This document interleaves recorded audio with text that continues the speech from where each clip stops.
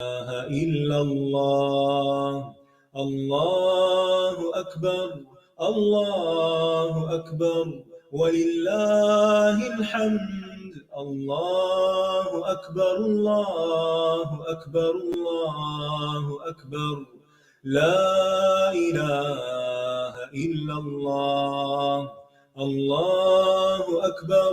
الله أكبر ولله الحمد.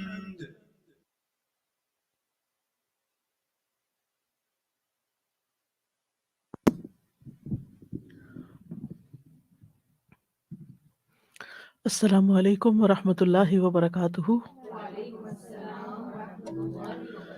نحمده ونصلي على رسوله الكريم، اما بعد فاعوذ باللہ من الشیطان الرجیم، بسم اللہ الرحمن الرحیم۔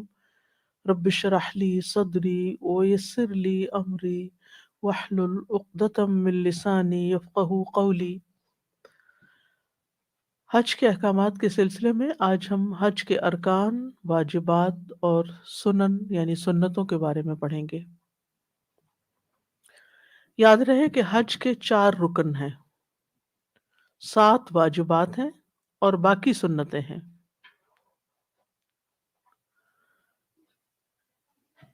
رکن، واجب اور سنت کا فرق یہ ہے کہ اگر رکن فوت ہو جائے، ادا نہ ہو سکے تو حج نہیں ہوگا اور آئندہ سال دوبارہ حج کرنا ہوگا، یعنی حج ریپیٹ کرنا ہوگا اگر ایک رکن بھی رہ جائے۔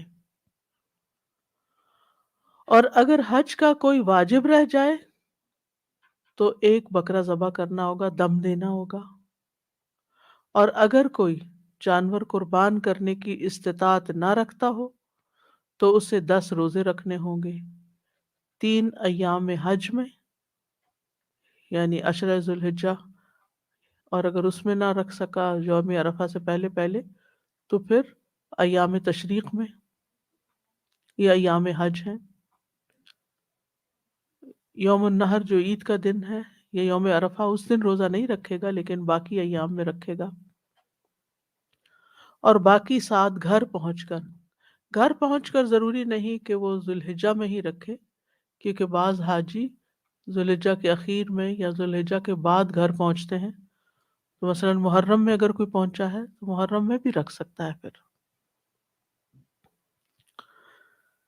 اور جو شخص حج کی سنتوں میں سے کسی سنت کو چھوڑ دیتا ہے تو اس کے ذمے کچھ لازم نہیں آتا۔ یہ الگ بات ہے کہ حج کا جو ثواب ہے یا درجہ ہے وہ کم ہو جائے گا۔ تو حج کے 4 ارکان ہیں۔ نمبر 1، حج کی نیت، احرام۔ یہ حج کی عبادت میں داخل ہونے کی نیت ہے۔ اس سے مراد محض احرام کا لباس ہی نہیں بلکہ دل کی نیت اور ارادہ مراد ہے۔ یعنی بعض لوگ احرام کا لفظ سنتے ہی وہ کپڑے کا جو احرام ہے وہ ذہن میں لے آتے ہیں کہ وہ احرام پہن لیا ہے۔ تو چاہے آپ لباس پہن لیں کوئی بھی، لیکن اگر دل سے نیت نہیں یا ارادہ نہیں تو حج نہیں ہوتا۔ صحیح بخاری کی حدیث ہے، بے شک اعمال کا دار و مدار نیتوں پر ہے، اور بے شک ہر انسان کے لیے وہی ہے جس کی اس نے نیت کی، یعنی وہی ملے گا جو نیت کر کے جائے گا۔ نہ صرف یہ کہ حج بلکہ تمام عبادات میں نیت کرنا نہایت ضروری ہے۔ وہ عبادت کی صحت کی شرط ہے۔ وہ عبادت اسی وقت ادا ہوگی، مکمل ہوگی جب اس میں نیت کی جائے گی، کیونکہ قرآن مجید میں آتا ہے وَمَا أُمِرُوا إِلَّا لِيَعْبُدُوا اللَّهَ مُخْلِصِينَ لَهُ الدِّينَ، اور انہیں اس کے سوا حکم نہیں دیا گیا کہ وہ اللہ کی عبادت کریں اس حال میں کہ اس کے لیے دین کو خالص کرنے والے ہوں، یعنی عبادت خالص اسی کے لیے کی جائے۔ حنفاء، ایک طرف ہونے والے ہوں، یہ نہیں کہ لوگوں کو بھی خوش کر رہے ہیں اور اللہ کو بھی خوش کر رہے ہیں اور ملی جلی چیزیں نہیں، صرف اور صرف اللہ کے لیے۔ اور نیت کے بغیر کوئی عمل، کوئی عبادت قبول نہیں ہوتی۔ سنن نسائی کی روایت میں ہے، ایک شخص نبی صلی اللہ علیہ وسلم کے پاس آیا اس نے عرض کیا کہ اگر کوئی آدمی مال کے لالچ میں اور نام یعنی شہرت کے لیے جہاد کرتا ہے تو کیا اس کو کوئی ثواب ملے گا؟ تو رسول اللہ صلی اللہ علیہ وسلم نے فرمایا اس کو کسی قسم کا کوئی ثواب نہیں ملے گا۔ جو مال غنیمت حاصل کرنے جاتا ہے یا مال کمانے کی نیت سے جا رہا ہے یا پھر لوگوں کو دکھانے کے لیے کہ میں نے کتنے کارنامے سر انجام دیے، پھر اس آدمی نے 3 بار یہی سوال کیا تو رسول اللہ صلی اللہ علیہ وسلم نے یہی جواب دیا کہ ایسے شخص کے لیے کوئی اجر نہیں ہے۔ پھر فرمایا اللہ تعالیٰ صرف وہی عمل قبول کرتا ہے جو خالص اس کی رضا کے لیے ہو اور اس کے کرنے سے وہ صرف اسی کا چہرہ چاہتا ہو، یعنی اللہ تعالیٰ ہی کی خوشنودی پیش نظر ہو۔ لہٰذا جو شخص اس نیت اور ارادے سے حج کرے گا، گھر سے نکلے گا، اس کے راستے میں تکلیف آئے گی، مشکل آئے گی، مشقت آئے گی، وہ سب کچھ خوشی سے سہتا چلا جائے گا اور اس کا کسی سے تذکرہ نہیں کرے گا، کوئی لڑائی جھگڑا نہیں کرے گا اور بہت اچھے طریقے سے حج کرے گا، کیونکہ یہ حج وہ اللہ کے لیے کر رہا ہے، وہ کسی بندے کے لیے نہیں کر رہا، کسی اور مقصد کے لیے نہیں کر رہا۔ تو جو جتنا بڑا ہوتا ہے اس کا حق بھی اتنا بڑا ہوتا ہے، اور اس کو جو چیز پیش کی جاتی ہے اس کی کوالٹی بھی اتنی ہی اچھی ہوتی ہے۔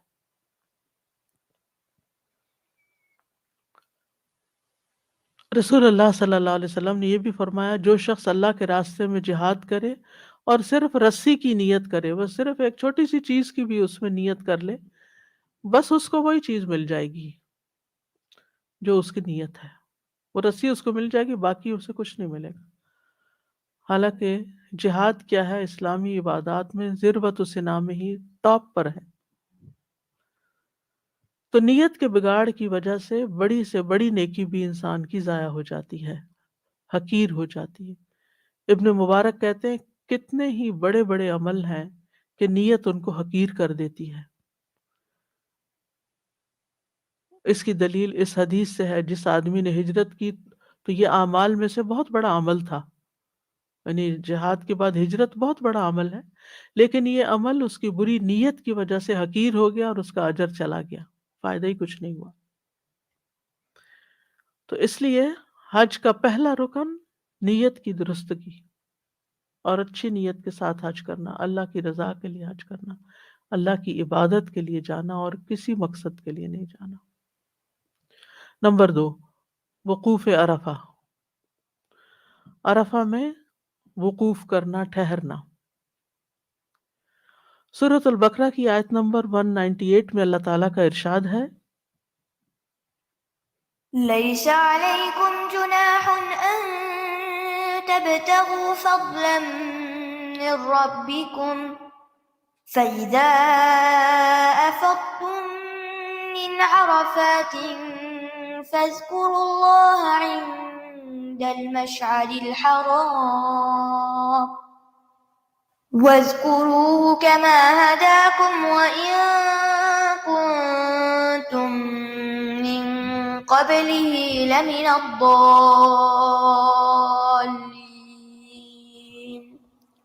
تم پر کوئی گناہ نہیں کہ اپنے رب کا کوئی فضل تلاش کرو، پھر جب تم عرفات سے واپس آؤ تو مشعر حرام کے پاس اللہ کو یاد کرو اور اس کو اس طرح یاد کرو جیسے اس نے تمہیں ہدایت دی ہے، اور بلا شبہ اس سے پہلے تم یقیناً گمراہوں میں سے تھے۔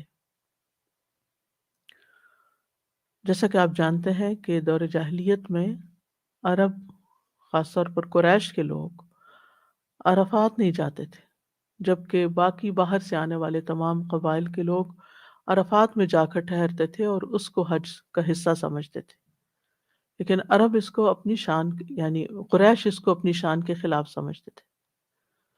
تو اس لیے یہاں پر عرفات کا خاص طور پر ذکر کیا گیا کہ جب تم عرفات سے واپس آؤ، یعنی عرفات جانا ضروری ہے، وہاں سے واپس آ کر مشعر حرام کے پاس اللہ کو یاد کرو۔ ایک مشعر حرام ہے اور ایک مشعر حلال ہے۔ حرام سے مراد وہ علاقہ ہے جو حرم کے اندر آتا ہے، اور عرفہ جو ہے وہ حرم کے اندر نہیں آتا، یعنی وہ حرم سے باہر ہے۔ تو وہاں سے جب تم آؤ تو پھر مشعر حرام میں یعنی کہ حرم میں داخل ہو کر جو مخصوص جگہ ہے وہاں پر اللہ کو یاد کرو، یعنی وہاں بھی اللہ کا ذکر کرو۔ تو بہرحال حج عرفہ میں وقوف کا نام ہے۔ رسول اللہ صلی اللہ علیہ وسلم عرفہ میں وقوف کر رہے تھے اور عبد الرحمن بن یامر ان کے پاس آئے، اور اہل نجد میں سے بھی کچھ لوگ آپ کے پاس آئے۔ انہوں نے کہا، اے اللہ کے رسول، حج کیسے ہے، یعنی حج کس کو کہا جاتا ہے؟ کیف الحج؟ فقال الحج عرفہ، تو آپ نے فرمایا حج تو عرفہ کے دن ہی ہے، یعنی یہ اس کا اہم ترین رکن ہے، اور جو شخص میدان عرفات پہنچ گیا اس کا حج پورا ہو گیا۔ اور اس میں رسول اللہ صلی اللہ علیہ وسلم نے ایک شخص کو حکم دیا اور اس نے پکار کر لوگوں کو بتایا کہ حج تو عرفات کا دن ہے، الحج یوم عرفہ۔ جو شخص مزدلفہ کی رات میں، یعنی عرفہ کا دن گزار کے جو رات آتی ہے وہ مزدلفہ میں گزاری جاتی ہے، مزدلفہ کی رات میں فجر کی نماز سے پہلے پہلے عرفات پہنچ گیا، اس کا حج پورا ہو گیا۔ بعض اوقات ایسا بھی ہو سکتا ہے نا کہ کسی وجہ سے کوئی ٹریفک بلاک ہو جائے یا کوئی اور مسئلہ پیش آ جائے کہ آپ دن کو نہ پہنچ سکے۔ اب آپ اپنے گھر سے گئے ہیں، اپنا سب کچھ چھوڑ کے گئے، اپنا سب مال خرچ کیا ہے، لیکن جس مخصوص وقت پر وہاں پہنچنا تھا وہاں نہیں پہنچ سکے، یعنی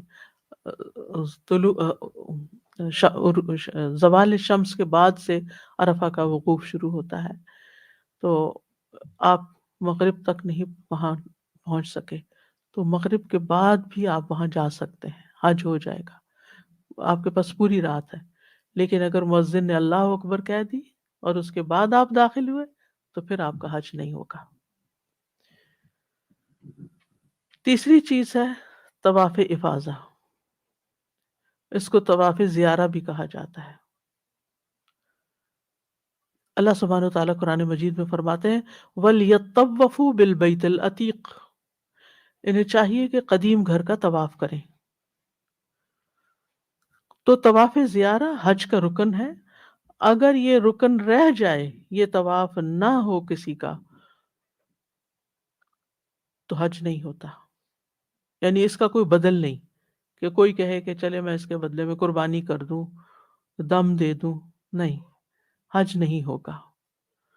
اور یہ طواف 10 ذی الحجہ کے دن کیے جانے والے 4 اہم کاموں میں سے ایک کام ہے، لیکن ضروری نہیں کہ 10 ہی کو ضرور کیا جائے۔ اچھا ہے اگر 10 تاریخ کو ہی ہو جائے یوم النحر کو، لیکن اگر کسی وجہ سے نہ ہو سکے تو 11 تاریخ کو بھی ہو سکتا ہے، 12 کو بھی ہو سکتا ہے، کیونکہ اس میں عورت کا حیض سے پاک ہونا ضروری ہے، لہٰذا اگر وہ 10 تاریخ کو پاک نہیں ہے تو باقی سارے کام وہ حیض کی حالت میں کر سکتی ہے، کنکریاں مار سکتی ہے، اپنے بال کٹوا سکتی ہے، قربانی دے سکتی ہے، لیکن طواف جو ہے وہ پاک ہو کر کرے گی، لہٰذا جس دن وہ پاک ہوگی، چاہے اگلے دن یا 4-5 دن کے بعد، تو وہ اس وقت طواف کر لے گی۔ امام نووی کہتے ہیں کہ علماء کا اجماع ہے کہ یہ حج کا رکن ہے اور اس کے بغیر حج نہیں ہوتا۔ نبی صلی اللہ علیہ وسلم نے 10 ذی الحجہ کو ہی طواف افاضہ کیا تھا۔ ابن عمر کہتے ہیں کہ نبی صلی اللہ علیہ وسلم نے قربانی والے دن طواف افاضہ کیا، پھر لوٹ کر منا میں ظہر کی نماز پڑھی، یعنی ظہر سے پہلے پہلے طواف کر کے بھی واپس لوٹ گئے۔ چوتھا رکن صفا مروہ کی سعی ہے۔ حدیث میں آتا ہے، حبیبہ بنت ابی تجرات سے روایت ہے، حبیبہ بنت ابی تجرات، کہ ہم لوگ قریش کی کچھ خواتین کے ساتھ دار ابو حسین میں داخل ہوئے، اس وقت نبی صلی اللہ علیہ وسلم صفا مروہ کے درمیان سعی فرما رہے تھے، اور دوڑنے کی وجہ سے آپ کا ازار گھوم گھوم جاتا تھا، یعنی وہ گرین لائٹس کے بیچ کا جو ایریا ہے وہاں پر دوڑنا ہوتا ہے نا، اور نبی صلی اللہ علیہ وسلم سعی کرتے جا رہے تھے اور صحابہ سے فرما رہے تھے سعی کرو کیونکہ اللہ نے تم پر سعی کو واجب قرار دیا ہے۔ حج تمتع کرنے والے دو سعی کریں گے، ایک جب عمرہ کریں گے اس وقت کی سعی، اور دوسرے جب وہ حج کریں گے. لیکن حج افراد والے ایک ہی سعی کریں گے. جب وہ حج کریں گے تو منا سے واپس آ کر یوم النحر کو طواف کر لیں گے اور ساتھ سعی کر لیں گے. حج قران والے بھی ایک سعی کریں گے کیونکہ ان کا حج اور عمرہ ایک ہی احرام میں ہوتا ہے، تو دونوں کے لیے ایک سعی کافی ہو جائے گی.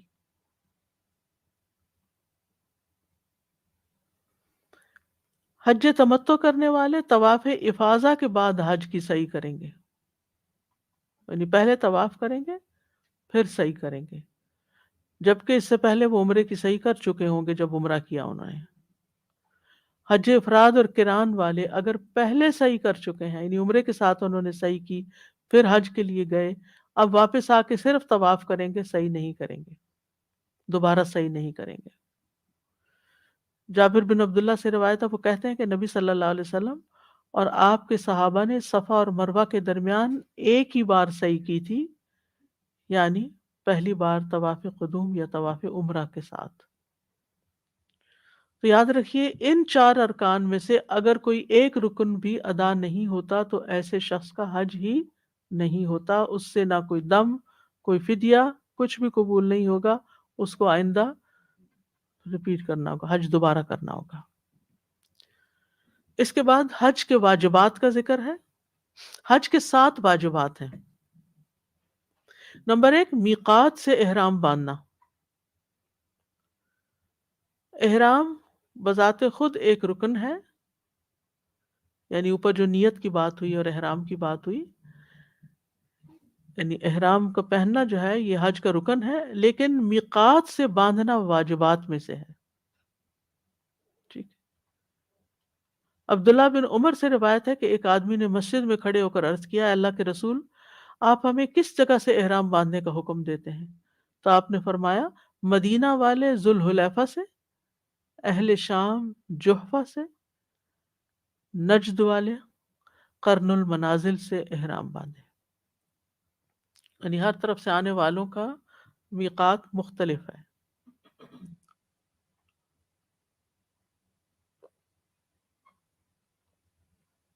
اور اس کا فاصلہ بھی مختلف ہے.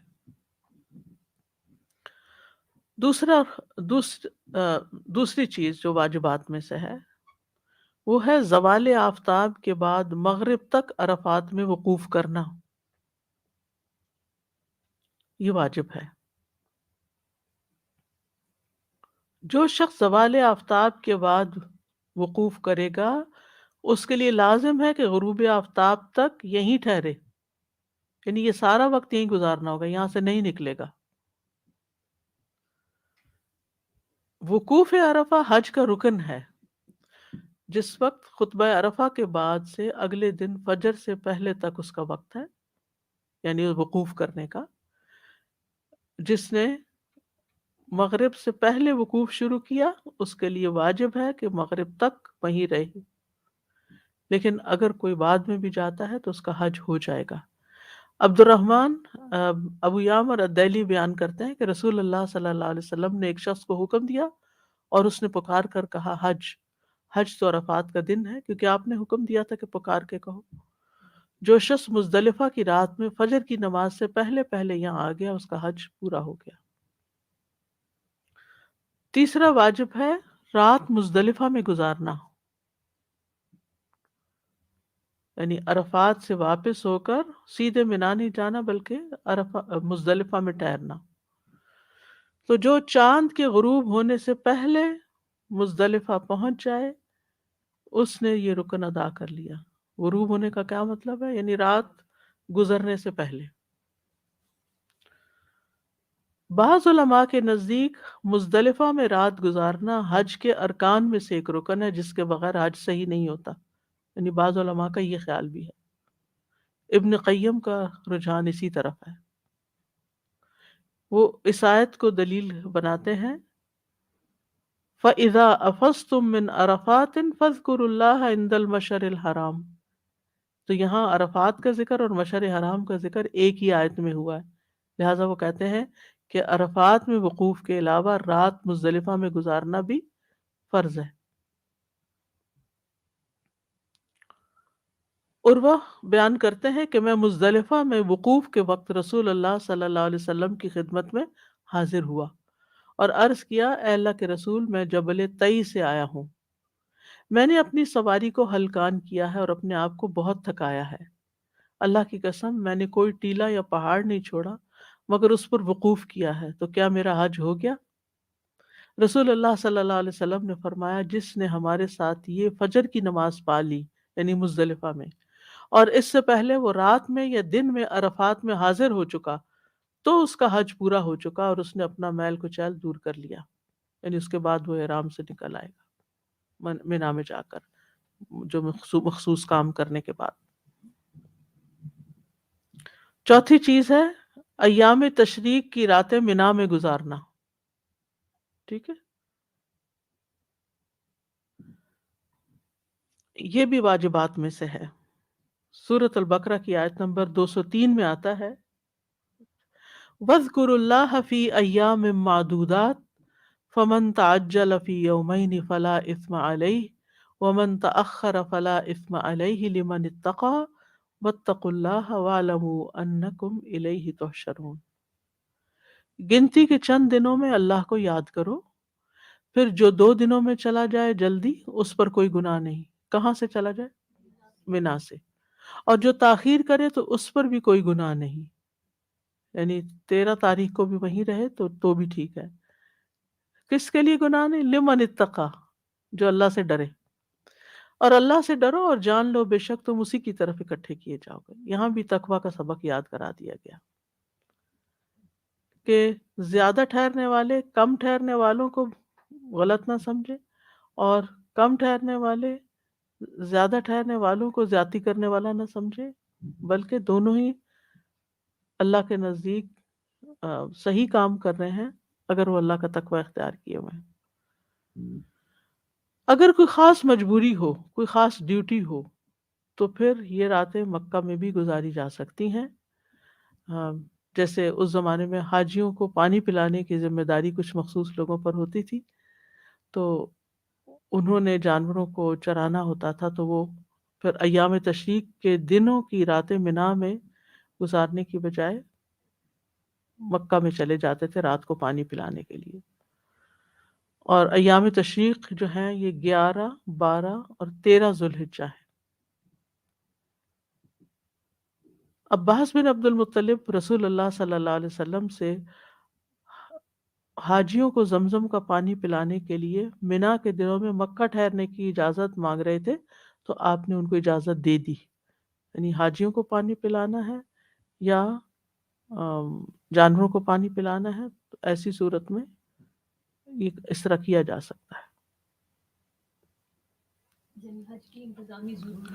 حج کی انتظامی ضروریات کے تحت، اس کے علاوہ نہیں۔ یا یہ کہ اگر کوئی بیمار ہو گیا تو ہاسپٹل میں لے آئیں اس کو مکہ میں، تو وہ اور بات ہے، یا کوئی ایسا عذر مجبوری ہے تو جو جینون ہے تو ٹھیک ہے، ورنہ یہ واجبات میں سے ہے کہ یہ راتیں وہاں گزاری ہیں۔ نمبر 5، جمرات کو کنکریاں مارنا۔ 10 ذی الحجہ کو طلوع آفتاب کے بعد یعنی سورج نکلنے کے بعد جمر عقبہ کو 7 کنکریاں ماری جاتی ہیں، جبکہ ایام تشریق میں روزانہ زوال آفتاب کے بعد یعنی سورج ڈھلنے کے بعد، جیسے زور کی نماز شروع ہوتی ہے، تینوں جمرات، جمر اولا، جمر وسطیٰ اور جمر عقبہ کو بالترتیب کنکریاں ماری جائیں گی۔ جابر رضی اللہ عنہ کہتے ہیں رسول اللہ صلی اللہ علیہ وسلم نے قربانی والے دن چاشت کے وقت، یعنی سورج نکلنے کے بعد جب وہ کافی اوپر آ جاتا ہے، گرمی ہو جاتی ہے، جمرہ عقبہ کو جو پیچھے والا ہے اس کو کنکریاں ماری، اور بعد کے دنوں میں سورج کے ڈھلنے کے بعد کنکریاں ماری۔ 10 تاریخ کو صبح صبح ماری، اور 11، 12 اور 13 کو لیٹر آن آفٹر زوال شمس۔ حضرت عائشہ کہتی ہیں کہ آپ ایام تشریق کی راتیں مینا میں ٹھہرے، سورج ڈھلنے کے بعد جمرات کو کنکریاں مارتے، ہر جمرے کو 7 کنکریاں مارتے، اور ہر کنکری کے ساتھ اللہ اکبر کہتے۔ پہلے اور دوسرے جمرے کے پاس کافی لمبی دیر رکتے، اپنی عاجزی اور تضرع کا اظہار کرتے، دعائیں مانگتے، پھر تیسرے جمرے کو کنکریاں مارتے مگر اس کے پاس نہیں رکتے تھے، اور یہی سنت ہے، یعنی اسی طرح ہی کرنا چاہیے. لیکن عام طور پہ لوگوں کو نہیں پتا ہوتا، وہ بس ایک کو مار کے بھاگتے ہیں، دوسری طرف وہاں سے بھاگتے ہیں، تیسری طرف، اور پھر نکل جاتے ہیں کہ شکر ہے کام پورا ہو گیا. اصل میں رش بھی بہت ہوتا ہے.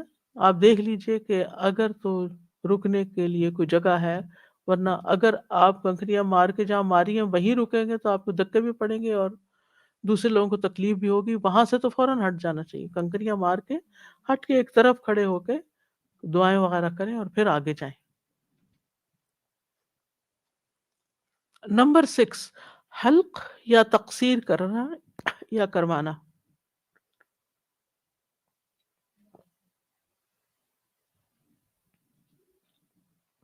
حلق کہتے ہیں سر منڈوانے کو، اور تقصیر کہتے ہیں بال کتروانے کو، ٹرم کرنے کو.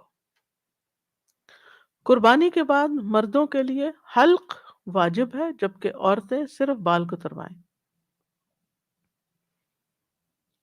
سورۃ الفتح میں آتا ہے لَتَدْخُلُنَّ الْمَسْجِدَ الْحَرَامَ إِنْ شَاءَ اللَّهُ آمِنِينَ مُحَلِّقِينَ رُؤُوسَكُمْ وَمُقَصِّرِينَ. تم انشاءاللہ مسجد حرام میں امن کے ساتھ داخل ہوگے، اور اس وقت تم سر منڈاؤ گے اور بال کتراؤ گے. ابو ہریرہ کہتے ہیں کہ رسول اللہ صلی اللہ علیہ وسلم نے فرمایا اللہم اغفر للمحلقین قالوا وللمقصرین قال اللہم اغفر للمحلقین قالوا وللمقصرین قالها ثلاثا وقال وللمقصرین. لوگوں نے عرض، آپ نے فرمایا اللہ سر منڈانے والوں کو بخش دے. لوگوں نے عرض کیا اور بال کترانے والوں کو؟ آپ نے فرمایا اللہ سر منڈانے والوں کو بخش دے. لوگوں نے عرض کیا اور بال کترانے والوں؟ آپ نے یہ 3 مرتبہ فرمایا، پھر فرمایا چوتھی دفعہ بال کترانے والوں کو. تو اس سے یہ پتہ چلتا ہے کہ شیو کرنا سر کی افضل ہے، اور شیو کرنے والوں کے لیے رسول اللہ صلی اللہ علیہ وسلم کی 3 مرتبہ بخشش کی دعا ہے. جی فورمین، جی ہاں، صرف مردوں کے لیے، عورتیں تو کترائیں گی. نمبر 7، طواف وداع. طواف وداع حج کے واجبات میں سے ہے. یاد رکھیے عمرے کے واجبات میں سے نہیں ہے. جو لوگ عمرہ کرنے جاتے ہیں جیسے رمضان میں یا ویسے، تو ان کے لیے ضروری نہیں ہوتا طواف وداع کرنا. ویسے اپنی خوشی سے کریں، جا کے طواف تو کریں، لیکن طواف وداع نہیں ہوتا. وہ طواف وداع صرف حج کے لیے ہوتا ہے. ابن عباس کہتے ہیں کہ لوگ حج کے بعد ہر جانب سے واپس چلے جاتے تھے، جو جہاں ہوتا تھا وہیں سے نکل جاتا تھا. تو رسول اللہ صلی اللہ علیہ وسلم نے فرمایا کوئی شخص ہرگز نہ جائے حتیٰ کہ اس کا آخری عمل بیت اللہ کا طواف ہو. آخری عمل. تو اس سے کیا پتہ چلتا ہے کہ اس کے بعد پھر اور کام نہیں کرنے چاہیے، پھر نکل ہی جانا چاہیے. ہاں اگر نماز کا وقت آ گیا تو آپ نماز پڑھ لیں، کھانا کھانا ہے تو کھانا کھا لیں، لیکن یہ آخری مناسک میں سے ہوگا. نمبر 8، حج تمتع اور قارن کے لیے ایک اور شرط ہے قربانی کرنا.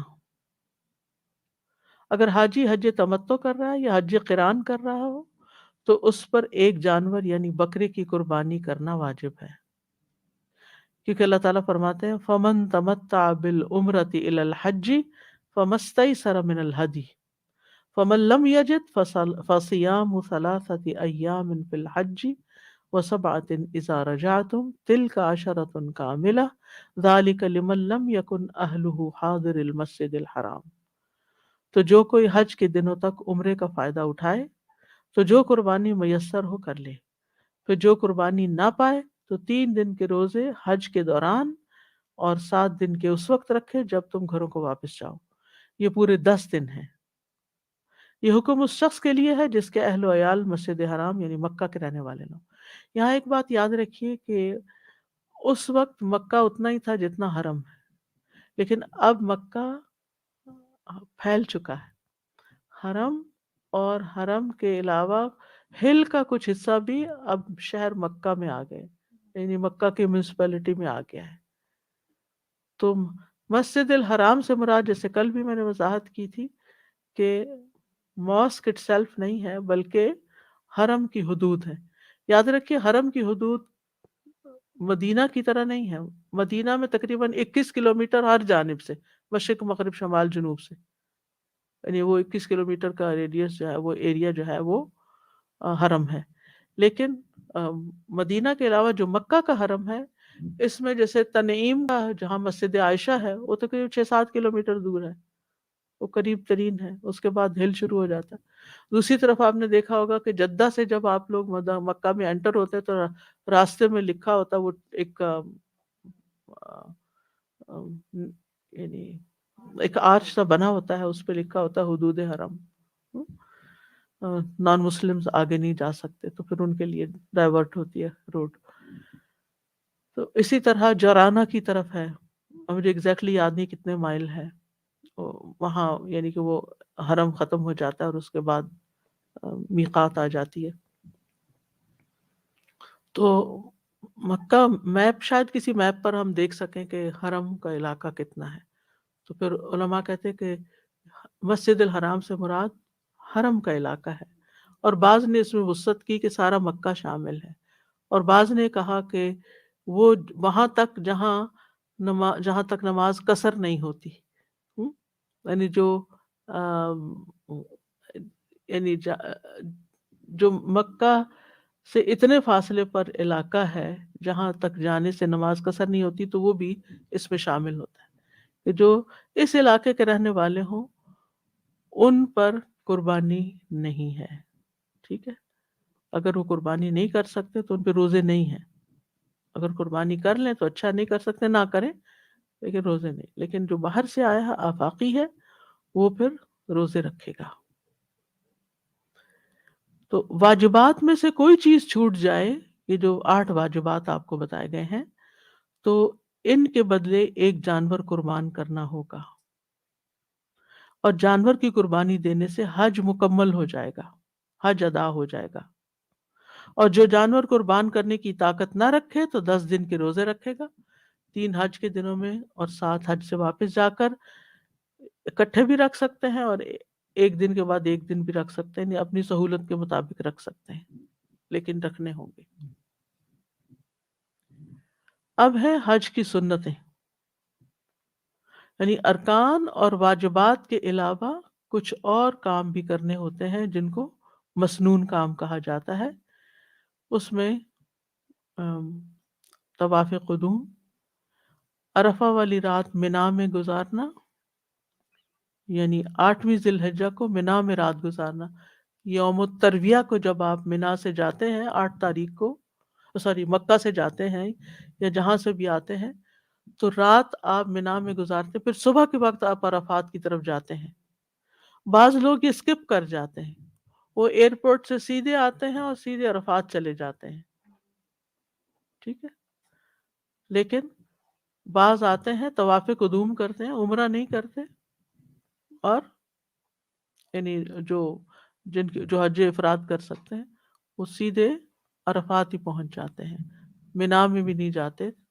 انہوں نے طواف قدوم بھی نہیں کیا، انہوں نے منا کی 8 تاریخ کو بھی رات نہیں گزاری وہاں، اور سیدھے وہاں چلے گئے. تو انہوں نے یہ سنتیں چھوڑی ہیں، واجبات نہیں چھوڑے. ان کا حج پھر بھی ہو جائے گا. ٹھیک. پھر اسی طرح طواف کے دوران احرام میں دایاں کندھا ننگا کرنا،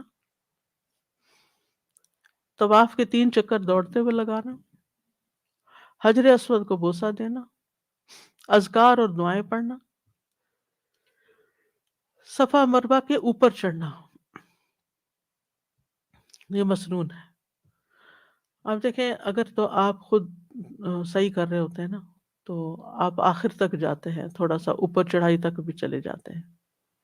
لیکن اگر آپ ویل چیئر پر ہیں تو کنٹرول آپ کے ہاتھ میں نہیں ہوتا. وہ لوگ بس ٹچ ہی کرتے ہیں صفا کو تو ساتھ ہی مڑ جاتے ہیں، آگے تک نہیں جاتے، اوپر نہیں جاتے. تو وہ ایک سنت چھوٹ گئی آپ کی. ٹھیک ہے، لیکن صحیح ہو جائے گی آپ کی. اچھا، اب عمرے کے ارکان 3 ہیں: احرام پہننا، طواف کرنا، صفا مروہ کی صحیح کرنا. اور واجبات 2 ہیں: سر منڈوانا، میقات سے عمرے کے لیے احرام پہننا.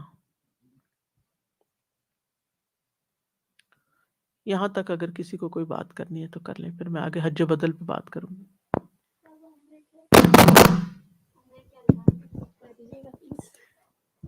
عمرے کا جو آپ نے بتایا تھا وہ تھا عمرے کے ارکان 3 ہیں: احرام پہننا، طواف کرنا، سعی کرنا.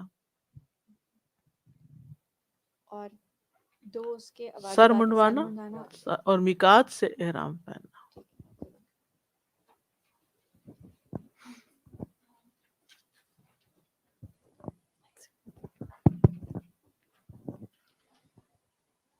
جی اساسا یہ جو ہے واجبات میقات سے احرام باندھنا، تو اس میں یہ ہے آپ نے کہا تھا کہ واجبات میں اگر کوئی چیز رہ جائے تو ہمیں دم دینا ہوگا، ٹھیک ہے؟ مثلا آپ جہاز میں بیٹھے ہوئے تھے، آپ کا ارادہ تھا کہ جو ہی یہ اعلان ہوگا تو میں احرام کی نیت کر لوں گی، احرام پہن لوں گی. آپ نے چینج بھی کرنا تھا ابھی.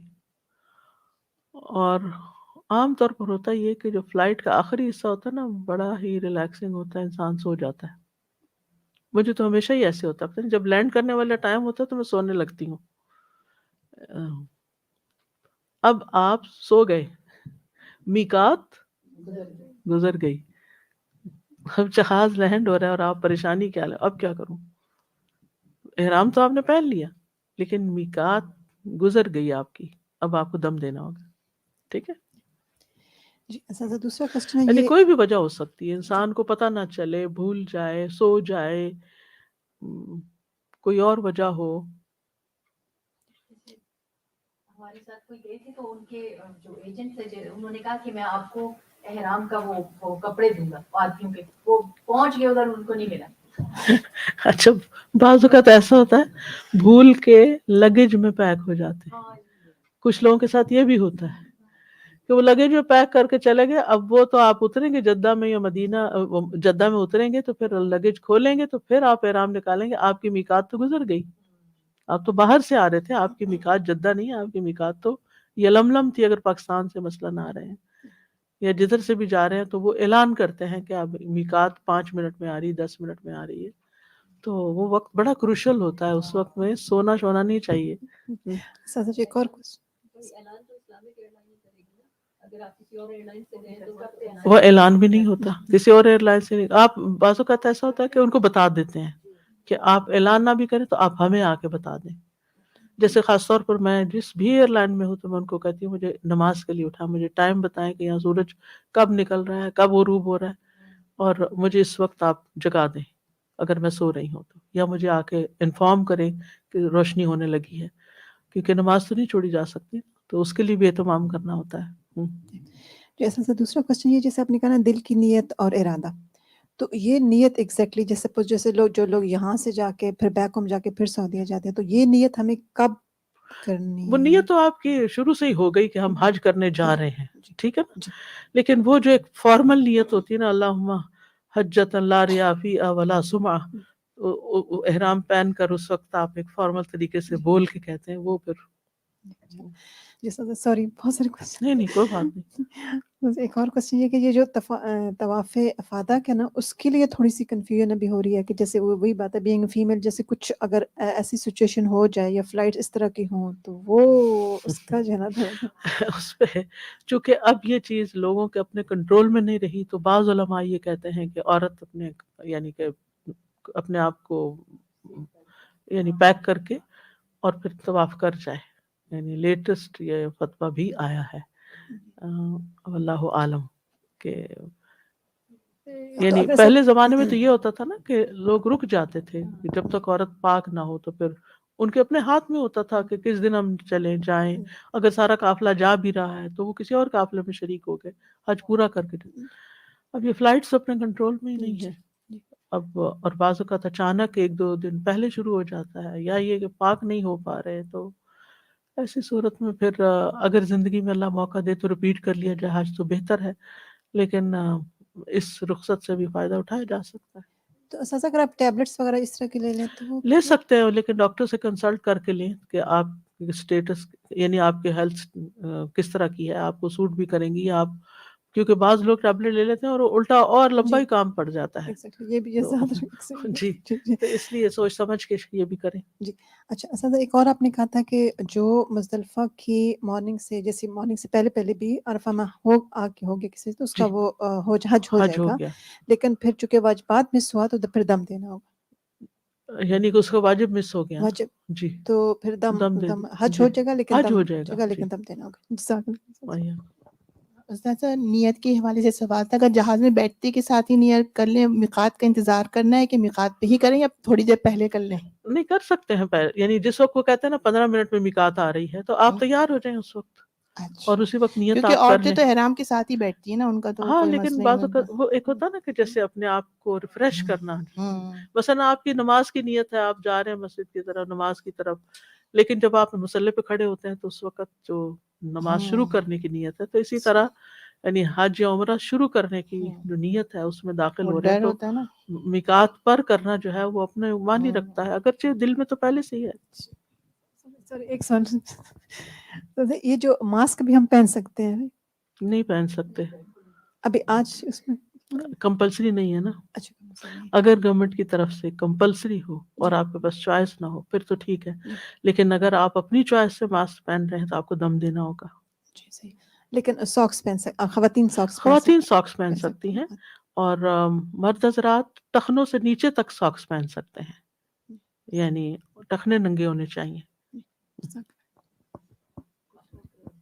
ایک سیکنڈ نفل کی بھی کہتے ہیں کہ نفل ہونے چاہیے نکاح کی نیت. نہیں نفل نہیں ہے، نفل وغیرہ کچھ نہیں. استاذہ جی یہ جو آپ نے مینشن کیا کہ ایام تشریق میں راتیں مینا میں گزارنی ہے، تو کچھ لوگ جیسے ہوٹل ان کو ملے ہوتے ہیں، سامان ہوتا ہے تو وہ دن میں ادھر کسی ضرورت سے یا بعض اوقات نہانے کے لیے چلے جاتے ہیں، تو جا یہ سکتے ٹھیک ہے؟ ہیں. جی مطلب جا رات سکتے ہیں. مغرب تک آنا جی ضروری ہے؟ آ کے رات ادھر گزارے، اور اگر دن میں آپ طواف کرنا چاہتے ہیں، تھوڑا حرم میں بیٹھنا چاہتے ہیں، وہاں بیٹھ کے کوئی تلاوت وغیرہ کرنا چاہتے ہیں تو آپ حرم میں آ جا سکتے ہیں، ہوٹل جا سکتے ہیں، جا کر نہا دھو کے کپڑے وغیرہ دھو کے اپنے کام کاج کر کے کھانا وانا کھا کے پھر دوبارہ واپس آ جائے رات گزار کے. ٹھیک ہے. دوسرا میرا یہ تھوڑی کلیریفیکیشن، میں اصل میں ایپ بھی دیکھ رہی ہوں جو حج اینڈ عمرہ کی ایپ ہے، اس میں لکھا ہوا ہے کہ جو رمی ہونی ہے اس کے لیے 11 12 13 کو آپ نے کرنی ہے، لیکن اگر آپ 12 کی تاریخ کو مغرب غروب سے پہلے نکل جاتے ہیں مینا سے تو ٹھیک ہے، لیکن اگر غروب شروع ہو گیا تو پھر آپ پہ 13 کی رمی واجب ہو جائے گی. لازم. جی مطلب اگر 12 پہ چلے گئے تو پھر 13 کی ضروری نہیں ہے کرنی؟ نہیں، لیکن اچھا. اگر آپ کو مغرب وہیں ہو گئی رش کی وجہ سے آپ نکل ہی نہیں سکے تو پھر آپ کو رکنا پڑے گا ادھر رات، اور اگلے دن کر کے رمی پھر جائیں گے. اچھا ٹھیک ہے. یعنی اگر میں فار ایگزامپل 12 کو ہم آ جاتے ہیں مینا سے نکل جاتے ہیں مغرب سے پہلے، تو پھر جا کے 13ویں کی کر سکتے ہیں رمی؟ نہیں، پھر ضرورت آپ نہیں ہے؟ ضرورت نہیں ہے. پھر وہ ایک ساتھ ہوگی جو کہ عقبہ کو جمرہ عقبہ کو کی 7 کنکریاں اور پھر اس کے بعد 3 جمرات کو 2 دن کر دی. جی اچھا ایک چیز اور بتا دیں، یہ طواف قدوم کیا ہے؟ جیسے میں نے کہا نا کہ کچھ لوگ حج افراد کرتے ہیں جس میں عمرہ نہیں ہوتا. قدوم کا کیا مطلب ہوتا ہے؟ ارائیول پر طواف کر رہے ہیں. ٹھیک ہے، جو لوگ حج تمتع کرتے ہیں ان کا طواف قدوم عمرے میں عمرہ شامل کے ہے. ساتھ ٹھیک ہے. جو قران کرتے ہیں ان کا بھی ہو گیا، لیکن جو افراد کرتے ہیں وہ اگر پہلے طواف کر کے پھر جاتے ہیں مینا عرفات تو ٹھیک ہے، اور اگر نہیں بھی کرتے اسکپ کر جاتے تو سنت ہے، ڈائریکٹ بھی جا سکتے ہوں. جی نقاب صرف اس وقت پہنے جب نقاب تو ویسے ہی نہیں پہننا، اس کے لیے جو احرام ہے اس میں آپ ایک بڑا دوپٹہ لے. ایک تو اسکارف ہے نا، اسکارف تو بہت چھوٹا ہوتا ہے، اس میں تو پھر آپ کے لیے مشکل ہو جاتی ہے، لیکن اگر کاٹن کا بڑا دوپٹہ لے لیں تو اس پہ اگر آپ یوں اس کو جیسے بکل مارنا ہوتا ہے نا، تو بکل مار کے اس کا جو ایک حصہ نا پلو وہ لمبا چھوڑ دیں، اس کے ساتھ آپ اس کو آگے کر لیں جب مرد وغیرہ سامنے ہو، نہیں تو پیچھے ہٹا دیں. حج بدل، حج بدل کیا چیز ہے؟ بدل کہتے ہیں کسی کے بدلے کچھ کرنا کسی کے لیے. اگر کوئی شخص صاحب استطاعت ہو لیکن بوڑھا ہو، اتنا بوڑھا کہ سفر کرنے کے قابل نہ ہو، بہت کمزور ہو، بیمار ہو، مفلوج ہو، پیرالائزڈ ہو یا دائمی مریض ہو کہ وہ کسی حال میں سفر نہیں کر سکتا، خود حج کرنے کے قابل نہیں ہے، لیکن مالدار ہے، اس پہ حج فرض ہے مال کی وجہ سے، تو ایسے شخص کو اپنا مال دے کے کسی اور سے اپنا حج کروانا جائز ہے، لیکن وہ ایسا شخص ہوگا جس کا اپنا حج پہلے ہو چکا ہو۔ آپ یہ نہیں کر سکتے فلاں غریب انسان ہے، اس کو میں پیسے دیتا ہوں تاکہ یہ میرا حج بدل کر دے، نہیں۔ اگر غریب نے پہلے اپنا کیا ہوا ہے تو پھر ٹھیک ہے، آپ اسی کو دے دیں دوبارہ موقع۔ تو اس طرح اس معذور شخص کا حج بدل ہو جائے گا، یعنی فریضہ ادا ہو جائے گا۔ ابن عباس کہتے ہیں قبیلہ جہینہ کی ایک عورت نبی صلی اللہ علیہ وسلم کی خدمت میں حاضر ہوئی اور کہا کہ میری والدہ نے حج کی نظر مانی تھی لیکن وہ حج نہ کر سکیں۔ یہ نظر والا حج ہے، فرض والا نہیں ہے۔ نظر بھی فرض ہو جاتی ہے کیونکہ آپ نے اپنے اوپر خود لازم کیا۔ تو ابھی انہوں یہ نظر مانی ہوئی تھی لیکن جا نہیں سکیں، تو کیا میں ان کی طرف سے حج کر سکتی ہوں؟ آپ نے فرمایا کہ ہاں، ان کی طرف سے حج کرو۔ کیا تمہاری ماں پر قرض ہوتا تو تم اسے ادا نہ کرتی؟ اللہ کا قرض ادا کرو، اللہ کا قرض تو اس کا سب سے زیادہ مستحق ہے کہ اسے پورا کیا جائے۔ تو اسی سے آپ دیکھیں کہ بعض لوگ عمرے کی نظر مان لیتے ہیں، ہوتا ہے عمرے کی نظر مان لی، بیٹا میرا حافظ ہو گیا تو میں عمرہ کروں گی، لیکن کیا ہوا اس وقت تک کوئی بیماری آ گئی، کوئی ایسی مجبوری آ گئی کہ باقی بچے چھوٹے ہیں، ان کو چھوڑ کے نہیں نکلا جائے، کوئی وجہ، تو عمرہ بدل بھی ہو سکتا ہے۔ ٹھیک ہے، کیونکہ بعض لوگ پھر کہتے ہیں اب ہم نے نظر مانی تھی، اب ہم کیا کریں، نظر کیسی پوری کریں، چھوڑ ہی دیتے ہیں، نظر پوری ہی نہیں کرتے۔ تو یہ بھی گناہ کا کام ہے کہ آپ نظر مانیں اور نظر پوری نہ کریں۔ اگر کوئی بھی طریقہ نہ ہو نظر پوری کرنے کا تو پھر قسم توڑنے کا کفارہ دینا ہوتا ہے۔ ٹھیک ہے، پھر اس سے انسان نکل آتا ہے نظر سے، لیکن نظر مان کے ایسے ہی اس کو نہیں چھوڑ دینا چاہیے کہ مجبوری ہے اب نہیں پوری ہو سکتی۔ تو حج بدل کے کچھ خاص ضابطے، احکامات، قاعدے ہیں۔ پہلی بات یہ کہ کن کی طرف سے حج نہیں کیا جا سکتا، یہ یعنی حج بدل کس کا نہیں ہوتا۔ کسی ایسے شخص کی طرف سے حج بدل نہیں ہوگا جس میں خود حج کرنے کی طاقت ہو، جو خود جا سکتا ہو، اور صرف ویسے ہی حج کی مشقت سے بچنے کے لیے کہ بہت بھاری سفر ہے میں نہیں جا سکتا، کسی کو بھیج دیتا ہوں اپنی جگہ، ایسے نہیں ہو سکتا۔ ابن قدامہ کہتے ہیں اس بات پر اجماع ہے کہ فرض حج کی طاقت رکھنے والے شخص کی طرف سے کوئی دوسرا حج نہیں کر سکتا۔ ابن منذر کہتے ہیں جس پر حج فرض ہو اور اس کے ادا کرنے کی طاقت بھی رکھتا ہو تو اس کی طرف سے کیا جانے والا حج کفایت نہیں کرے گا۔ اسی طرح مجنون کی طرف سے بھی نہیں ادا ہوگا، کیونکہ اس کے افاقے کی امید کی جا سکتی، ہو سکتا ہے کسی وقت ٹھیک ہو جائے، تو جب تک وہ مجنون ہے اس پر قلم ساکت ہے، ابھی اس پہ حج فرض ہی نہیں ہے ایک طرح سے۔ جب وہ ٹھیک ہوگا تو پھر حج کر لے گا، نہیں ہوا تو کوئی بات نہیں۔ قیدی کی طرف سے حج بدل نہیں کیا جا سکتا کیونکہ امید ہے وہ قید سے باہر آ جائے۔ فقیر کی طرف سے بھی حج بدل نہیں کیا جا سکتا کہ میری بہن بہت غریب ہے وہ نہیں کر سکتی تو میرے پاس پیسے ہیں میں اس کے لیے حج کر دوں، یہ نہیں ہو سکتا، کیونکہ وہ کل کو غنی ہوگی، صاحب استطاعت ہوگی تو خود کر سکتی۔ یعنی جہاں پاسبلٹی ہو کہ یہ اس شخص کے حالات بدل سکتے ہیں تو وہ جب اس کے حالات بدلیں گے، جب وہ صاحب استطاعت ہوگا تو وہ چلا جائے گا۔ محض مالی حیثیت کے ہونے کی وجہ سے وہ کسی اور سے حج نہیں کروائے گا۔ ٹھیک، اب کن لوگوں کی طرف سے حج کیا جائے گا؟ ایسے بیمار جن کے صحت یاب ہونے کی امید ہی نہ ہو، کبھی ٹھیک نہیں ہو سکتے، یا پھر بدنی طور پر عاجز ہو، یا میت کی طرف سے حج بدل ہوگا کہ جو دنیا سے جا چکا۔ امام نووی کہتے ہیں جمہور علماء اس بات کے قائل ہیں کہ حج میں میت اور شفا یابی سے مایوس عاجز کی جانب سے نیابت کی جا سکتی ہے. اس کو نیابت کہتے ہیں، نائب بنانا، کسی کو وکیل بنانا اپنا.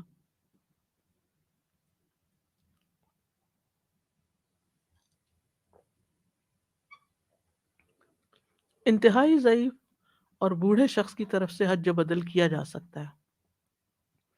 ایک مرتبہ نبی صلی اللہ علیہ وسلم کی خدمت میں ابو رزین حاضر ہوئے.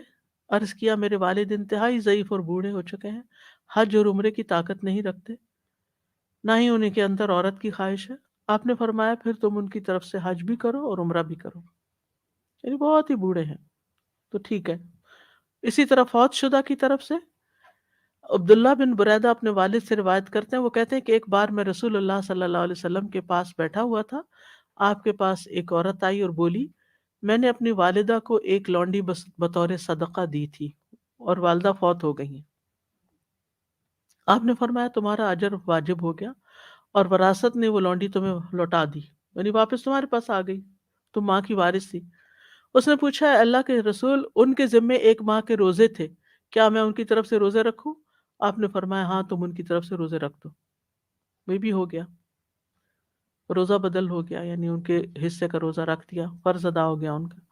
اس نے پوچھا انہوں نے کبھی حج نہیں کیا تھا، کیا میں ان کی طرف سے حج کروں؟ آپ نے فرمایا تم ان کی طرف سے حج بھی کرو. بہت ہی نیک بیٹی تھی، پہلے ماں کو ایک خادمہ دی، پھر اس کے بعد ان کے روزے رکھے، پھر اس کے بعد ان کی طرف سے حج کیا. کم ہی اولاد ایسی ہوتی ہے جو اتنا خیال رکھنے والی ہو. بہرحال یہ یاد رکھیے کہ جس نے اپنا حج کر رکھا ہو وہی دوسرے کے لیے حج کر سکتا ہے، حج بدل کر سکتا ہے. یعنی جب تک اپنا حج نہ کیا ہو وہ کسی دوسرے کی طرف سے حج نہیں کر سکتا. ابن عباس کہتے ہیں کہ نبی صلی اللہ علیہ وسلم نے ایک شخص کو سنا، وہ کہہ رہا تھا لبیک ان شبرما، میں شبرما کی طرف سے حاضر ہوں. آپ نے پوچھا شبرما کون ہے؟ اس نے کہا میرا بھائی ہے. آپ نے پوچھا کیا تم نے اپنی طرف سے حج کر لیا ہے؟ اس نے کہا نہیں. آپ نے فرمایا پہلے اپنا حج کرو پھر شبرما کی طرف سے کرنا. اسی طرح عورت مرد کی طرف سے اور مرد عورت کی طرف سے حج کر سکتا ہے. یعنی مثلا بیٹی باپ کا حج بدل کر سکتی ہے اور شوہر بیوی کی طرف سے مثلا کر سکتا ہے.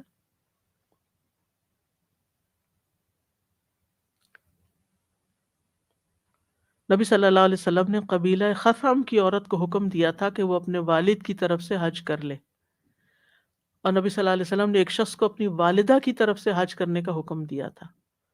تو دونوں دلائل ملتے ہیں. اور ایک دوسرے شخص کو اپنے والد کی طرف سے حج کرنے کا حکم دیا تھا. تو میل میل کی طرف سے، فیمیل میل کی طرف سے، میل فیمیل کی طرف سے حج کر سکتے ہیں. ایک حج ایک ہی شخص کی طرف سے ہوگا. یہ نہیں ہو سکتا کہ وہ میری نانی نے بھی نہیں کیا تھا، دادی نے بھی نہیں کیا تھا تو میں چاہتی ہوں ان سب کا میں اس دفعہ کراؤں. ایسے نہیں ہو سکتا، باری باری ہوگا. ہاں اگر آپ تمتع کر رہے ہیں تو ایک کی طرف سے عمرہ کر سکتے ہیں اور ایک کی طرف سے حج کر سکتے ہیں. یعنی دونوں چیزیں ایک کی طرف سے کرنے کی بجائے ایک کی طرف سے ایک کی طرف سے ایک ہو سکتا ہے، بشرطے کہ اس نے اپنا پہلا حج یا عمرہ کیا ہوا ہو. پھر اسی طرح یہ ہے کہ حج بدل احسان کی نیت کے ساتھ کیا جائے، کسی کے ساتھ نیکی کرتے ہوئے کیا جائے. اس کا مقصد کسی سے مال بٹورنا نہ ہو، کرائے کا حج نہ ہو کہ یہ مجھے حج کا پیسہ بھی تو اتنا اوپر دے کیونکہ میں اس کا حج کر رہا ہوں. یہ نہیں ہونا چاہیے. یعنی اس کی قیمت وصول نہیں کرنی چاہیے کسی کی طرف سے حج بدل کرنے کی. ابن تیمیہ کہتے ہیں جس نے صرف اس لیے حج کیا کہ کھانے پینے کو مل جائے گا اس کے لیے آخرت میں کچھ نہیں، اور جو اس لیے رقم لیتا تاکہ حج کر سکے تو اس میں کوئی حرج نہیں. اس لیے نیابت کے لیے رقم وصول کرتے ہوئے نیت یہ ہو کہ یہ رقم اس کے لیے حج کے دوران مددگار ہوگی، جیسے سواری کے لیے یا حج کے دوران کچھ کھانے پینے کے لیے جو اس کا وہاں رہنے کا خرچہ ہے، سواری کا خرچہ ہے اور کسی قسم قربانی کا خرچہ ہے تو وہ تو لے سکتا ہے. لیکن اس سے زائد لینا عوض کے طور پہ، اجرت کے طور پر، یہ جائز نہیں ہے. بس اتنا ہی لے جتنا اس کا ایکسپینس ہے.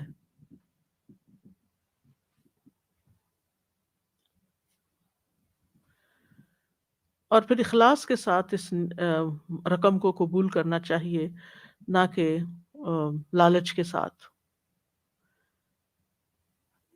پھر اسی طرح یہ ہے کہ اگر کوئی صاحب استطاعت مسلمان فوت ہو جائے تو اس کا مال تقسیم ہونے سے پہلے اس کے مال میں سے اس کے لیے حج کیا جا سکتا ہے، یعنی وارث جو ہیں حصہ لینے سے پہلے اس کی طرف سے حج کر لیں تو یہ بھی درست ہوگا، کیونکہ یہ قرض ہے نا ایک، یہ بھی کچھ کہنا جا سکتا ہے یا کرنا چاہیے، لازم ہے؟ کسی کو مجبور تو نہیں کر سکتے، یعنی کیا جا سکتا کا مطلب یہ کہ نہ کرے تو کوئی گناہگار نہیں؟ نہیں، کیونکہ وہ ان کے اوپر لازم نہیں ہے کرنا، انہیں اخلاقاً تو کرنا ہی چاہیے، لیکن اگر کوئی بھی تیار نہیں ہے اور ڈپینڈ کرتا ہے جیسے بھی حالات ہوں۔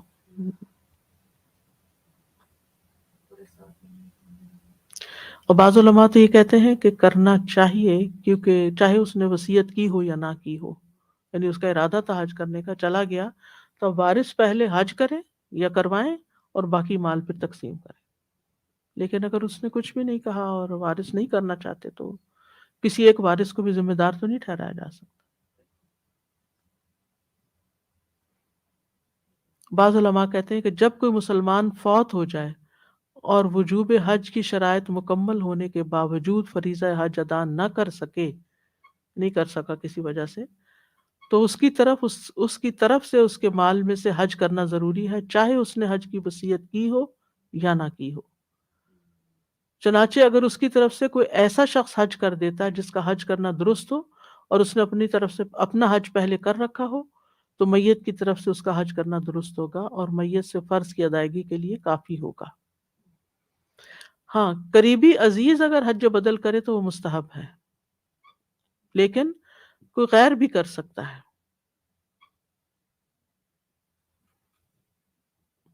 یعنی باعتماد شخص کو اجرت دے کر، اجرت سے مراد حج کی خرچہ دے کر حج کروا سکتے ہیں، لیکن اگر اولاد میں سے، وارثوں میں سے کوئی کرے تو زیادہ بہتر ہے۔ پھر والدین کی طرف سے حج کرنا۔ ایک آدمی نبی صلی اللہ علیہ وسلم کی خدمت میں حاضر ہوا، عرض کیا کیا میں اپنے والد کی طرف سے حج کر سکتا ہوں؟ آپ نے فرمایا ہاں، اگر تم اس کے لیے بھلائی میں اضافہ نہیں کرو گے تو برائی میں بھی اضافہ نہیں کرو گے، یعنی کر لو۔ پھر بھائی کا بہن کی طرف سے حج کرنا۔ ایک آدمی نبی صلی اللہ علیہ وسلم کے پاس آیا، عرض کی میری بہن نے نظر مانی تھی کہ حج کرے گی لیکن وہ فوت ہو گئی۔ نبی صلی اللہ علیہ وسلم نے فرمایا اگر اس پر کوئی قرض ہوتا تو کیا تم اسے ادا کرتے؟ اس نے کہا جی ہاں۔ آپ نے فرمایا پھر اللہ کا قرض بھی ادا کرو، ٹھیک ہے۔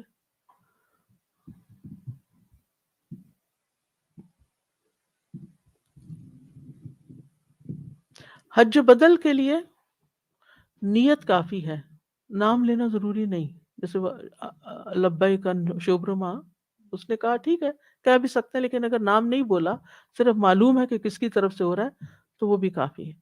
پھر اسی طرح حج بدل کی جس کی ذمہ داری لگائی جائے وہی ادا کرے۔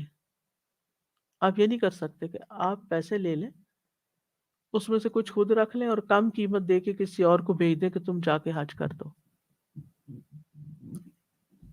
بعض لوگ کیا کرتے ہیں، لوگوں سے پیسے لے لیتے ہیں، پھر وہ مکہ یا مدینہ میں کسی اسٹوڈنٹ کو کہہ دیتے ہیں جنہوں نے پہلے اپنا حج کر رکھا ہوتا ہے کہ تم فلاں کی طرف سے حج کر دو۔ اور مثلاً اگر کوئی شخص کینیڈا سے جاتا ہے تو ٹکٹ کے ہی کتنے زیادہ پیسے ہیں، اور اگر اس نے پیسے خود تو لے لیے سارے، لیکن وہاں کے کسی لوکل کو کہہ دیا تم یہ حج بدل کر دو اور اس کو آدھے پیسے دیے اور آدھے خود رکھ لیے، تو یہ ظلم ہوگا، یہ درست نہیں، ایسا نہیں کیا جا سکتا۔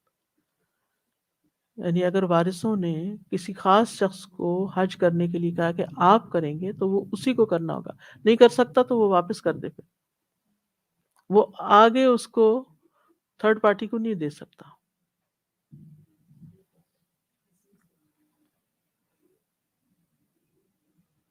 ابن عثیمین کہتے ہیں جو شخص کسی دوسرے کی طرف سے حج بدل کر رہا ہو اس کے لیے جائز نہیں کہ وہ اس رقم کو کم میں یا زیادہ میں دے کر کسی دوسرے سے حج کرائے جب تک وہ اس سے اجازت نہ لے لے جس کی طرف سے وہ حج کر رہا ہے.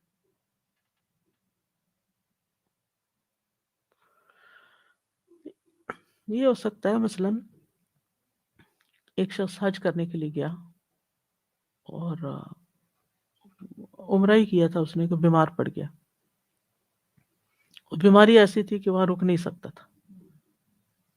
تو اب وہ یہ کر سکتا ہے کہ وارثوں کو بتا کے جو کروا رہے ہیں ان کو بتا کے وہ کسی اور کے ذمہ لگا کے آ جائے، لیکن ان کو پتا ہونا چاہیے کہ کون کر رہا ہے. یعنی ایسی کسی مجبوری کی شکل میں پھر دوبارہ کمیونیکیٹ کیا جائے، لیکن اپنی طرف سے کچھ فیصلے نہیں کیے جانے چاہیے. حج بااعتماد اور امانت دار لوگوں سے کروانا چاہیے جن کو حج کرنا بھی آتا ہو، مناسک کے حج کا علم ہو، تاکہ دل مطمئن ہو کہ اس نے صحیح کام کیا. یہ نہیں کہ وہ حج کرنے چلے اس کو پتہ ہی نہ ہو کہ حج کیسے کرتے ہیں. حج بدل کرنے والے کو بھی اتنا ہی ثواب ملے گا جتنا وہ جس کے لیے کر رہا ہے اس کو ملے. اللہ تعالیٰ دونوں کو ثواب دینے کی وسعت رکھتا ہے. ہاں، حج بدل کی ادائیگی کے علاوہ وہ حاجی جو اور کام کر رہا ہے، مثلا قرآن پڑھ رہا ہے اپنے لیے، نوافل پڑھ رہا ہے، کوئی اور نیکی کا کام کر رہا ہے، وہاں کسی کو پانی پلا رہا ہے، کسی کو کھلا رہا ہے، کسی کو دبا رہا ہے، یہ نیکیاں اس کی اپنی ذات کے لیے ہوں گی. یہ حج کا حصہ نہیں ہے، نہ یہ واجبات ہے، نہ یہ سنن ہے، نہ ارکان ہے. ٹھیک ہے.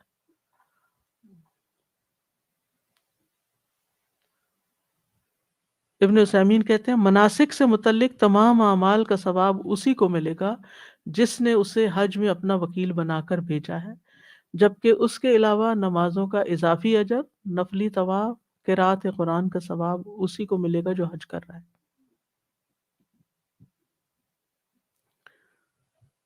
اسی طرح کیا کسی کی دوسرے کی طرف سے عمرہ بدل بھی کیا جا سکتا ہے؟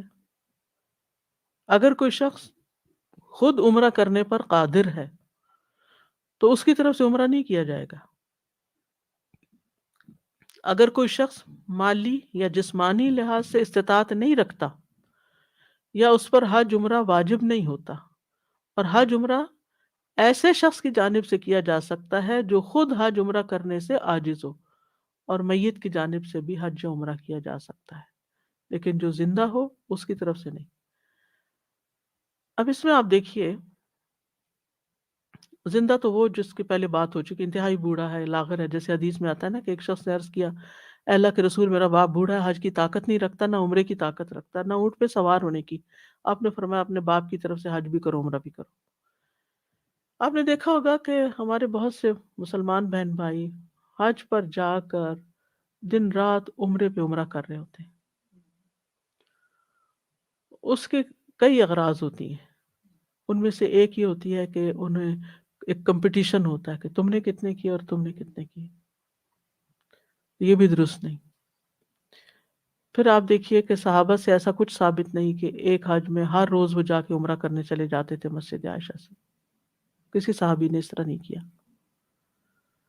پھر آپ دیکھیے کہ بعض لوگ وہ فلاں کی طرف سے بھی اور فلاں کی طرف سے بھی، زندہ کی طرف سے بھی اور مردہ کی طرف سے، بس ایک جو چلا گیا پورے خاندان کی طرف سے عمرے کر رہا ہے. اس میں کوئی زندہ ہے، کوئی نہیں ہے، کوئی صاحب استطاعت ہے، کوئی نہیں. ایسا نہیں. بعض لوگ دوسروں کی طرف سے طواف بھی کرتے ہیں، اس کی کوئی دلیل نہیں ملتی. ٹھیک ہے، حج کی ملتی ہے، عمرے کی ملتی ہے، لیکن اس کے لیے جو فوت ہو چکا ہو یا اس کے لیے جو خود نہ کرنے کے قابل ہو. طواف نہیں کر سکتے کسی کی طرف سے، جیسے نماز کسی کی طرف سے نہیں پڑھ سکتے، چاہے مردہ ہے چاہے زندہ ہے. جی ہاں، طواف کر کے یہ طواف کے دوران آپ دعائیں کر سکتے ہیں. ٹھیک ہے، یہاں تک کوئی بات ذہن میں آئی تو پوچھ لیں. جی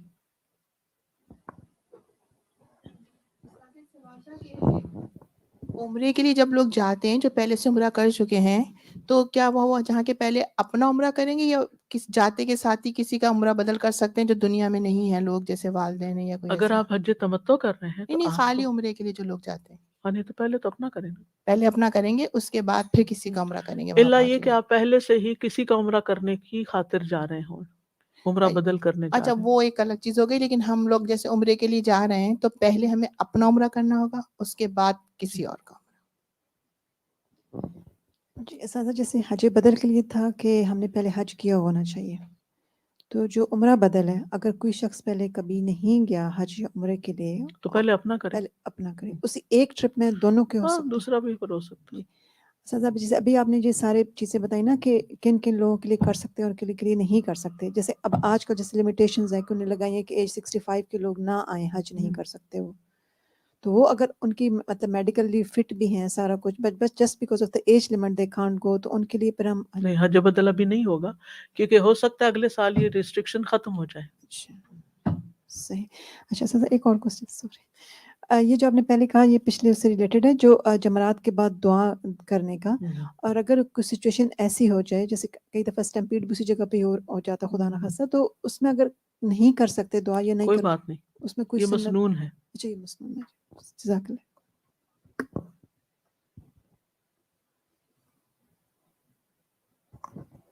السلام علیکم ورحمۃ اللہ۔ آن لائن کوشچنس آ رہے ہیں کہ اگر کسی نے حکومت کی طرف سے حج کر لیا ہو اور اب وہ صاحب استطاعت ہو گیا ہو تو اس نے اپنے مال سے دوبارہ حج کرنا ہوگا؟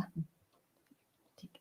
اور پھر اگر کسی نے اپنے بہن بھائی کو شوق کی بنا پر حج کروایا ہو لیکن وہ بہن بھائی کچھ عرصے بعد صاحب استطاعت ہو گیا تو اس پہ اب وہ اپنے مال سے حج کرنا فرض ہے یا وہ پہلا؟ یہ چیک کرنا پڑے گا۔ Okay okay. اگر کوئی عمرے کے لیے پہلے مدینہ آ گیا اور پھر مکہ، تو مدینہ سے ہی احرام پہنے گا جی یا؟ مدینہ سے پہلے۔ اوکے جزاک اللہ۔ استاذہ یہ جو حلق اور یہ وہ ہے قصر کرنا، یہ بندہ خود بھی کر سکتے، جیسے آدمی خود اپنی سر کر سکتے ہیں، کر سکتے، اور عورت بھی خود اپنے بال کاٹ سکتی؟ جیسے کہتے ہیں نا کہ جس نے پہلے کاٹے ہوں ان سے کٹوائیں، جس نے نہیں۔ اب السلام علیکم جی استاذہ، میرا ایک سوال ہے کہ میری خالہ کا انتقال ہوا تھا پچھلے سال، اور وہ اپنے فوت ہونے سے انہوں نے کوئی ایک ہفتہ پہلے مجھے کہا تھا کہ کیونکہ انہیں کووڈ ہو گیا تھا کہ اگر میں فوت ہو جاؤں تو میرا سامان آ کے سنبھال لینا۔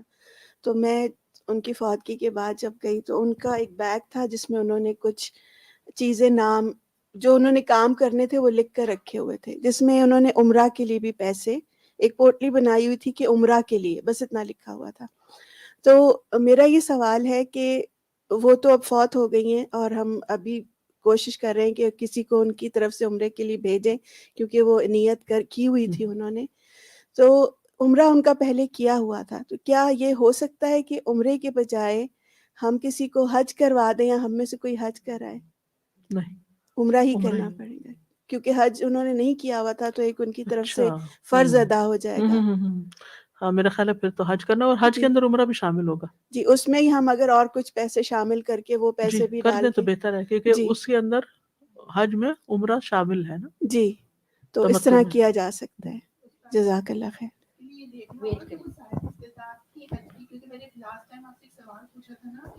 جو شخص دنیا سے چلے جائے اور وہ صاحب استطاعت نہ ہو حج کے لیے تو اس کی طرف سے حج ہوگا کہ نہیں ہوگا؟ تو آپ نے کہا اس پہ حج ہی فرض ہی نہیں ہوا تو نہیں کریں گے، تو ان کی خالہ نے عمرے کے پیسے جمع کیے تھے، اس وجہ سے میں یہ کوشچن کر رہی ہوں اپنی نالج کے لیے۔ اگر ان کا جو کچھ انہوں نے چھوڑا ہے تو اس میں دیکھا جا سکتا ہے کہ وہ اتنا ہے کہ جس سے حج ہو سکتا ہے تو اسی میں سے دیا جائے۔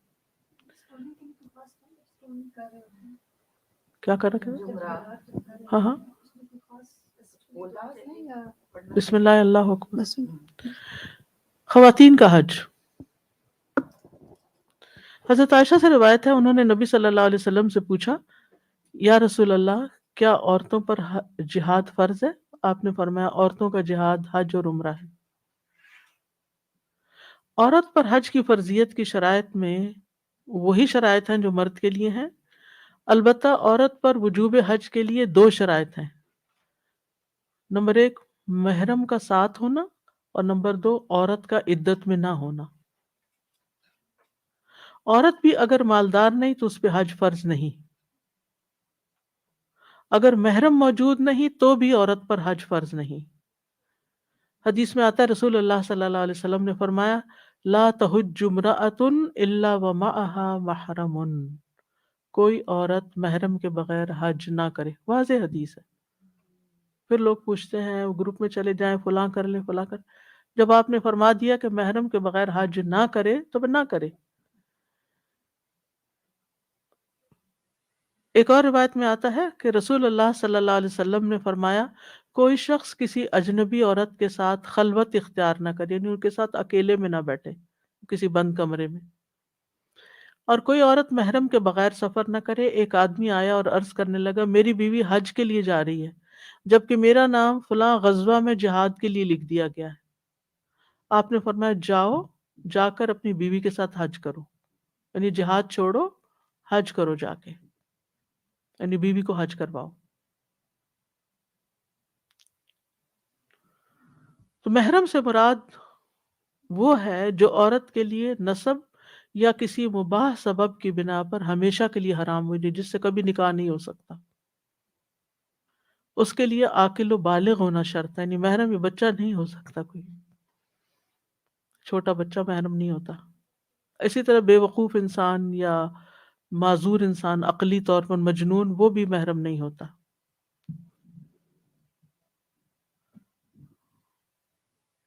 پھر اسی طرح حج کے لیے شوہر سے اجازت لینے کا مسئلہ ہے۔ اگر عورت خود صاحب استطاعت ہو تو اس پر نماز کی طرح حج فرض ہے، اسے شوہر سے اجازت طلب کرنی چاہیے کہ وہ گھر سے جا رہی ہے، لیکن اگر وہ اجازت دے تو ٹھیک، اور نہ دے تو بھی جا سکتی ہے، بشرطے کہ اس کے ساتھ محرم ہو۔ ہاں، نفلی حج کے لیے شوہر سے اجازت لینا ضروری ہے، بغیر اجازت نہیں جا سکتی۔ فرض حج کے لیے اگر وہ نہیں بھی مان رہا تو بھی جا سکتی، لیکن نفل حج اس کے بغیر بھی ہو سکتا ہے۔ اگر عورت کا شوہر دوران حج فوت ہو جائے تو وہ اپنا حج مکمل کرے اور پھر واپس لوٹ جائے۔ آج کے لیے میرا خیال اتنا ہی کافی ہے۔ اب یہ ہے کہ تقریباً میرا آدھا ہوا ہے آج کا ٹارگٹ، تو کل بھی مجھے یہ کرنا پڑے گا فقہ القلوب کی بجائے، کیونکہ اگر میں نے فقہ القلوب شروع کر لیا تو پھر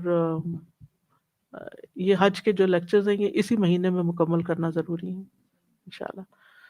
سبحانک اللہم و بحمدک، اشہد ان لا الہ الا انت، استغفرک و اتوب الیک۔ السلام علیکم ورحمۃ اللہ وبرکاتہ۔ اللهم صل على محمد وعلى آل محمد كما صليت على إبراهيم وعلى آل إبراهيم إنك حميد مجيد۔ اللهم بارك على محمد وعلى آل محمد كما باركت على إبراهيم وعلى